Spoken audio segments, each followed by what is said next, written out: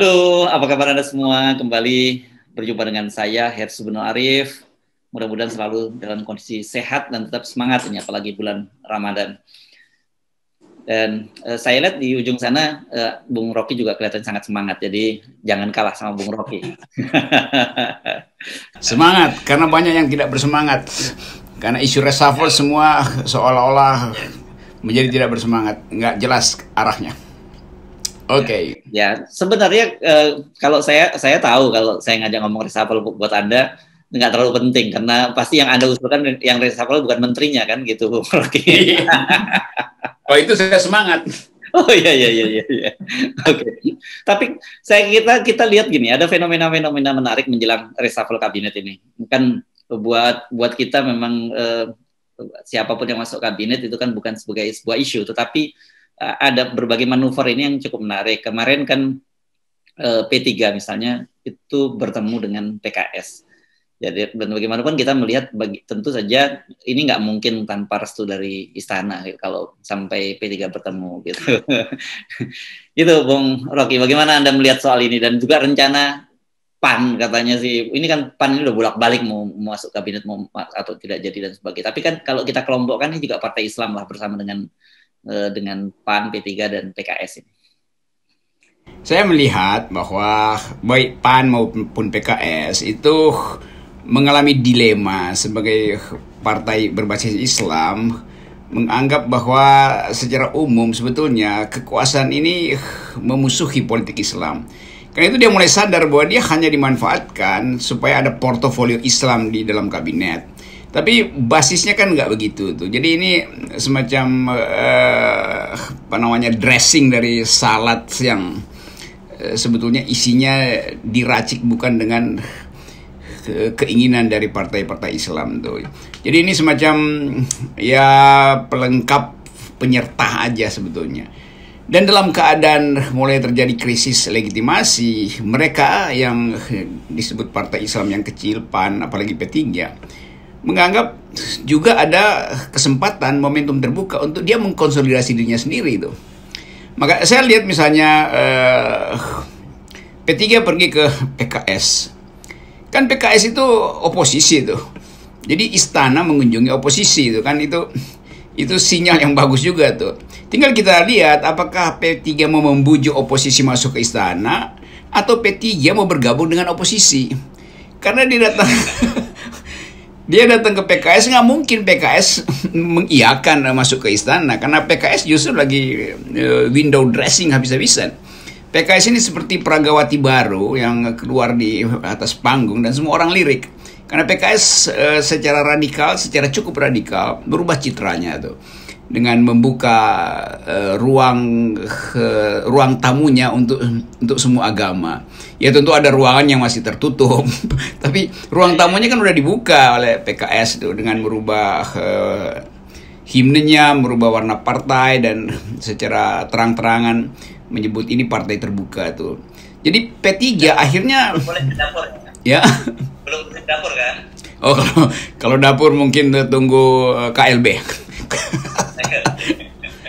Nah, P3 justru yang menjadi eksklusif kan, karena simbol Islam ada di situ. Itu berarti ada semacam pertemuan pikiran baru untuk melihat Indonesia secara lebih majemuk itu. Saya anggap P3 berkunjung pada oposisi dan berupaya untuk minta izin duduk di ruang tamu sebentar lalu bisa ikut masuk ke dapur. Kira-kira begitu kan? Karena perubahan-perubahan di dalam istana. Kalau PAN itu agak ajaib tuh. PAN kan selalu disandra oleh dua hal itu. Pertama, profil dari ketua partainya yang sebetulnya indikasi-indikasi hukum masih ada di situ tuh. Teman saya, Bang Jol itu teman saya. Dan di dalamnya juga seolah-olah mendua tuh, karena tokoh-tokoh kritis itu banyak betul kan. Tetap ada pengaruh Amin Rais, walaupun Amin Rais bikin partai sendiri. Ada Derajat Wibowo yang sangat tajam melihat masalah. Ada anggota DPR siapa ini, Daulay yang juga kritis itu. Jadi iya, jadi ada critical mass di dalam partai. Nah itu yang menyebabkan ya mendua mau masuk apa nggak masuk tuh. Tetapi kalau dia masuk itu agak aneh tuh, karena PAN kan simbolnya matahari terbit kan. Masa masuk ke menjadi matahari terbenam kan? Orang tahu kemana Anda berpikir. Oke. Ya saya selalu kagum dengan simbol PAN itu, partainya matahari terbit. Ya ngapain bergabung dengan wilayah matahari terbenam, itu kira-kira begitu masalahnya tuh. Ini analisa simbolik aja, Hersu. Selebihnya nanti tunggu di off the record. Tapi kan tadi saya menyebut rasanya tidak mungkin kunjungan P3 itu tanpa ada semacam blessing dari Presiden Jokowi begitu ya. Orang kemudian mulai melihat menghubungkan kan dengan situasi terbaru betapa pemerintah kelihatannya sangat gigih mencoba mendekati umat Islam tapi di wilayah ekonominya gitu kan. Hari kemarin misalnya Pak Jokowi kan juga bersama dengan wakil presiden itu membayar zakat dan kemudian menyatakan bahwa sebaiknya di zakat itu dikelola dan bisa membantu umat terutama di masalah pandemi.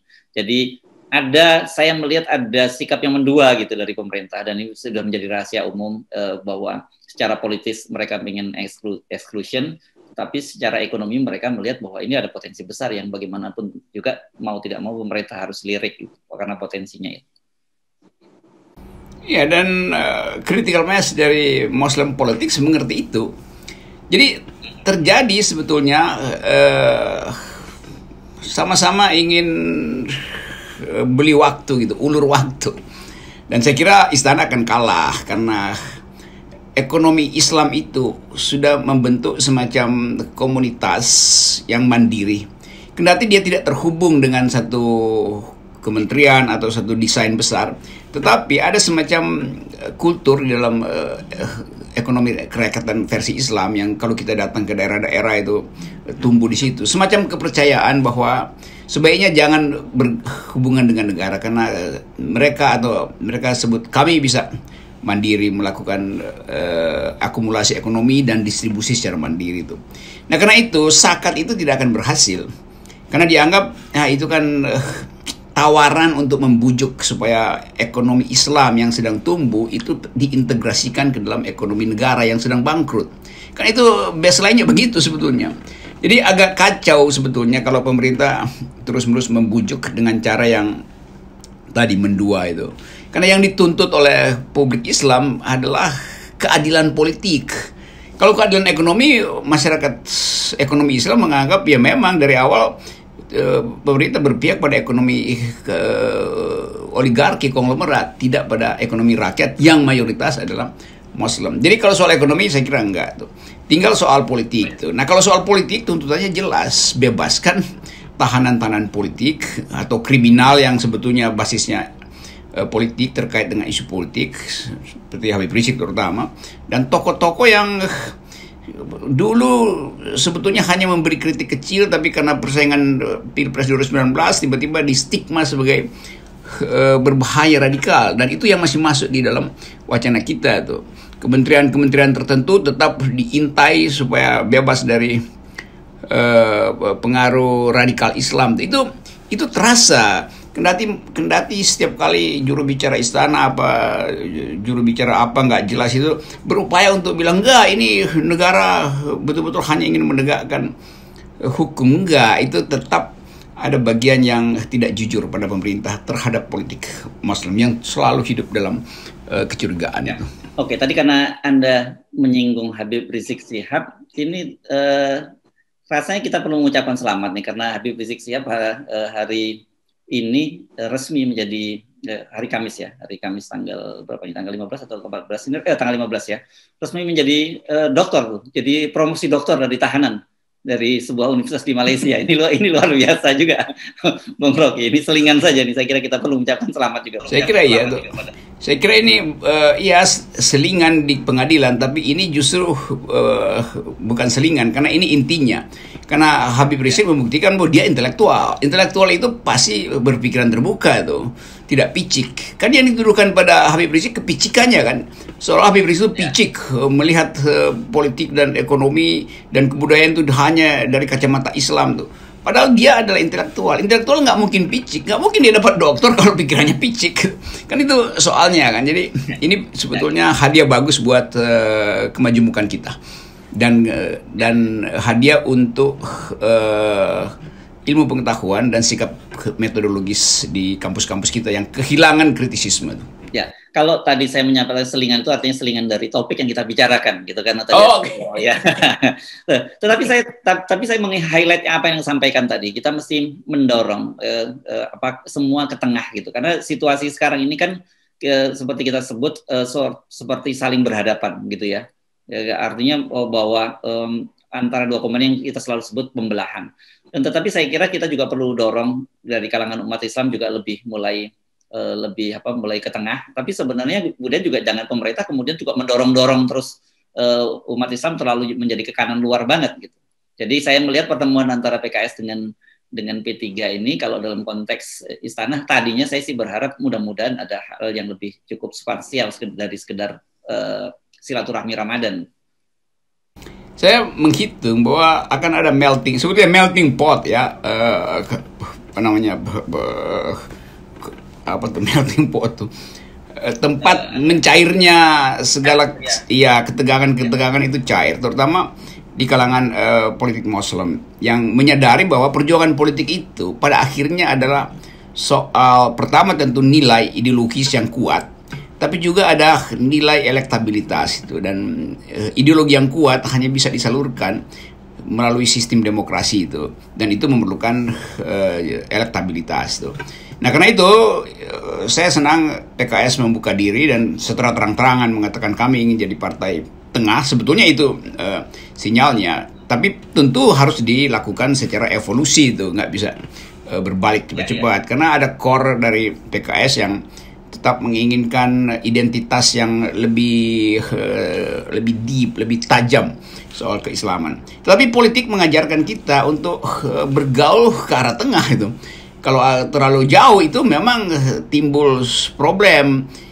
Partai selalu menginginkan kekuasaan, dan kekuasaan itu hanya bisa dicapai di dalam politik elektoral tuh. Jadi bagian ini juga yang hari-hari ini memusingkan istana. Karena istana tahu bahwa politik Muslim sedang bergerak ke tengah. Nah, karena itu diam-diam dia mulai rangkul pelan-pelan dari segi ekonomi itu. Tetapi kekuatan politik Islam atau kecerdasan politik Islam membaca lebih cepat. Anda cuma mau merangkul ekonomi itu sambil menyingkirkan soal politik.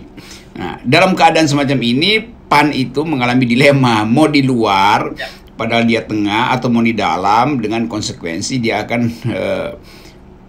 masuk dalam kerumitan baru. Kenapa? Karena semua partai berhitung sebetulnya kalau masuk di kabinet itu 2 tahun lagi ini mau ngapain di situ. Apalagi setelah 2024 seluruh mereka yang ada di kabinet akan dibebani oleh dosa-dosa ekonomi politik Jokowi. Saya sebut aja dosa ekonomi politik. Karena nggak ada cara lain untuk keluar dari ekonomi yang memburuk. Udah habis semua ilmunya Jokowi itu. Yang memang juga nggak ada ilmunya dari awal dalam soal ekonomi, karena semuanya adalah soal arogansi dan pamer aja. Demikian juga dalam politik. Keterbelahan ini terjadi terus-menerus. Jadi pertemuan PKS dan P3 itu juga memberi sinyal bahwa kita hentikan keterbelahan ini. Karena kesepakatan bersama untuk masuk dalam politik elektoral yang basisnya demokrasi itu.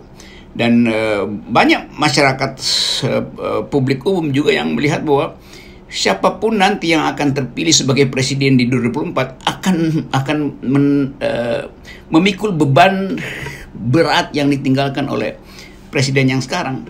Memang orang masih menganggap 2024 mungkin ada pemimpin baru, mungkin enggak. Tapi bukan soal pemimpin, beban yang akan dipasangkan pada pundak pemimpin itu akan jadi problem hari-hari pertama dia memerintah.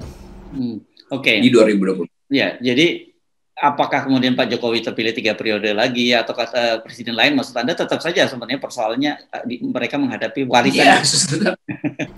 Itu warisan legacy Jokowi kan kegagalan, sebetulnya kegagalan mengakrabkan warga negara, kegagalan meneruskan proyek infrastruktur itu udah berantakan semua. Kegagalan untuk menjadikan BUMN sebagai basis jaminan kolateral hutang segala macam, karena BUMN sendiri berutang. Jadi macam-macam lah, sektor swasta yang berantakan, UMKM yang juga nggak ada datanya.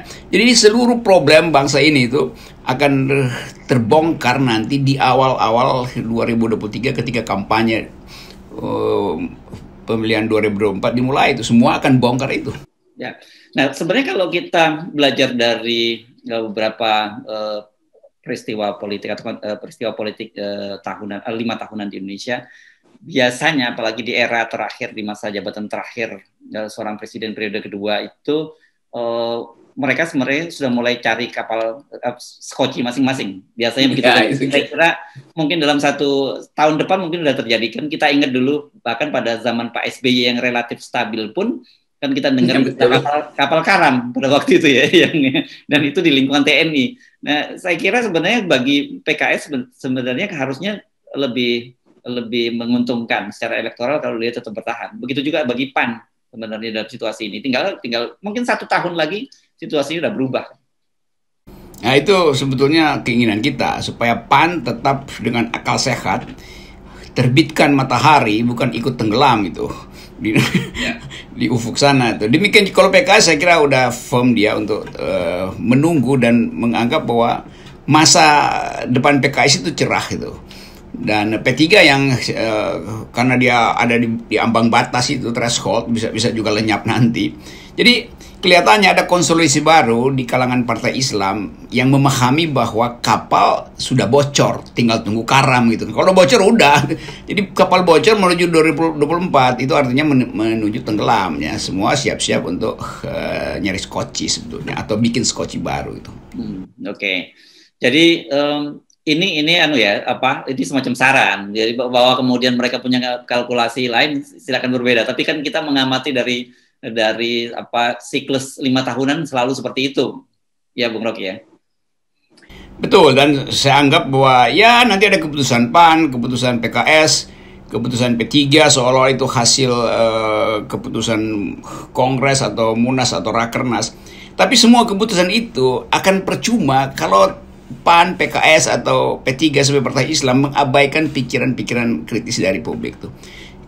Pikiran kritis publik, FNN apalagi, pers secara umum menginginkan ada blok baru, yaitu blok yang mengawasi kekuasaan yang sedang karam tuh. Dan itu sebetulnya yang diinginkan oleh demokrasi, yaitu bikin aja countervailing force untuk menghasilkan kesepakatan baru menuju 2024. Ya kalau enggak kan orang terus sekedar mengingat-ingat nama-nama yang sudah disebutkan ke 2024. Ya, lalu hilang peluang dari PAN untuk bikin kaderisasi, hilang peluang P3 bikin kaderisasi, hilang peluang PKS kaderisasi. Justru demi kaderisasi, partai-partai Islam ini harus membentuk blok baru tuh. Dulu apa namanya itu, poros tengah itu. Kalau itu untuk poros tengah itu politiknya tinggi sekali. Kita ingin ada poros baru Islam demokrat gitu, masyarakat Islam yang demokratis, yang berupaya memberi kesan bahwa Indonesia bisa diutuhkan justru dengan kemampuan kita untuk mengakrabkan diri. Dan itu artinya masuk dalam politik baru. Berarti tinggalkan politik lama. Berarti terbitkan matahari baru. Jangan bersama-sama dengan matahari yang sedang tenggelam di Merdeka Utara. Ya, tapi ini kan kalkulasi kalau Anda bicara secara dalam artian politik negarawan ya. Tapi kalau kita kemudian turunkan ke level politik praktis, ini kan saya yakin seperti P3 itu punya dilema. Satu sisi dia pasti sepakat dengan apa yang Anda sampaikan, tapi di satu sisi dia berpikir bagaimana dia akan kehilangan pos di kementerian kalau nasihat Anda diikuti. Sebaliknya PAN begitu juga. Kalau menuruti nasihat Anda, mereka juga kehilangan potensi untuk masuk ke kabinet. Iya, dia bisa pilih, atau dia kehilangan pos di kementerian saat ini karena mengikuti nasihat saya, atau dia kehilangan partainya sendiri di masyarakat itu kan. Dia tinggal pilih aja tuh. Kalau cuma kehilangan 2-3 tahun, ya udahlah, daripada kehilangan kepercayaan publik kan tenggelam, hilang. Dan P3 yang paling berat kan, karena dia kemarin juga lihat hanya di atas sedikit ambang batas parliamentary threshold. Ya, itu artinya dipukul ombak kecil tuh. Jangan-jangan P3 lebih dulu karam daripada kabinet istana, tuh kan sayang tuh kan. Jadi udahlah, kita bukan kita himbau, kita ingatkan juga kurang jelas. Kita minta aja atau kita perintahkan supaya partai-partai ini keluar dari kapal yang sedang tenggelam. Itu adalah perintah akal sehat. Oke. Baik, terima kasih Bung Rocky. Dan tapi ada pesan sponsor nih berkaitan dengan menyebarkan akal sehat tadi. FNN kita baru saja membuat channel dalam berbahasa Jawa yang sekarang ini bahasanya bahasa Jawa Timur, namanya Tunjek Point. Nah ini kalau silakan kita mencoba masuk ke literasi politik dalam bahasa Jawa nih Bung Rocky. Wah, itu artinya FNN mempelopori local wisdom di mana-mana supaya terlihat betul bahwa FNN mengerti detak jantung politik Jawa tuh. Jangan hanya istana yang sok klaim-klaim mengerti filosofi politik Jawa. FNN berjaya, FNN di Jawa. Oke, terima kasih. Namanya jangan lupa, ini di bawah Anda bisa subscribe di sini. Tunjek Point. Subscribe. Ya. Kalau nggak ngerti, tanya saya terjemahin tuh. Nah, nanti waktu Bung Rocky mesti diundang ngobrol pakai bahasa Jawa yang hancur di Tunjek Point. Yang penting channel baru ini membuat kita masuk di dalam wilayah kasunyatan. Dan ke Sangkan Paraning Dumadi. Sangkan Paraning Dumadi. Oke. Terima kasih, Bung Rocky. Bye. Sip.